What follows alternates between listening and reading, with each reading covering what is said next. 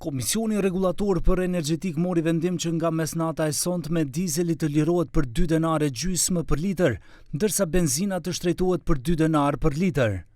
Me këtë çmimi i dizelit do të jetë 91.5 denar. Euro Super BS 95 do të shitet me 82.5 denar, ndërsa BS 98 do të jetë me 84.5 denar për litër çmimet pas britjen e oktas.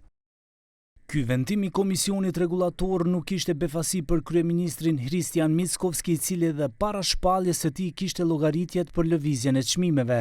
Prandaj ai konsideron se nuk është i parakohshëm vendimi për kthimin e TVSH-s për dizelin nga 10 në 18%. Njoftoi se po bëhet përpjekje që edhe pas një muaji të vazhdojnë zbritjet që e jep rafineria Okta 2 denar për litër benzinës dhe 3 denar për litër dizelit. За Окта ќе разговараме оваа недела, се уште не сме ја отвориле темата, но ќе разговараме оваа недела, ќе разговараме со Министерката за енергетика и се разбира во рамките на можностите ќе направиме се за да продолжи тој попуст. Kryeministri Hristijan Mickovski thot se për momentin askush me siguri nuk mund të thot se kur do të përfundoj kriza në Iran dhe kur do të normalizohet furnizimi me naftën bruto.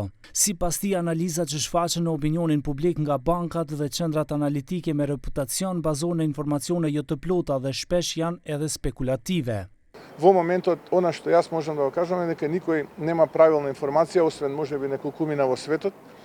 И тие неколкумина во светот практично одлучуваат дали крај на оваа криза ќе става денес, кроз еден месец, кроз една година, или оваа криза ќе остане по инерција да функционира.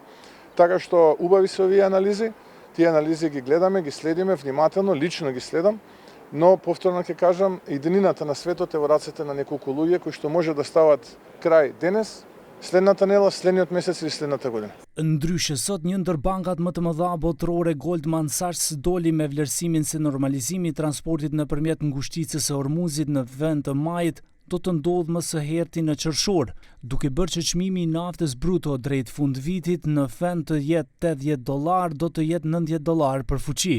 Mickovski nga ana e tij thotë se Maqedonia nuk ka problem me furnizim me karburante dhe nuk pret një problem të tillë. Prandaj për tani nuk ka nevojë për kufizim të furnizimit me karburante në vend për shtetasit e huaj. Si argument për stabilitetin ai theksoi se nga Maqedonia me kerozin furnizohen edhe aeroportet në rajon.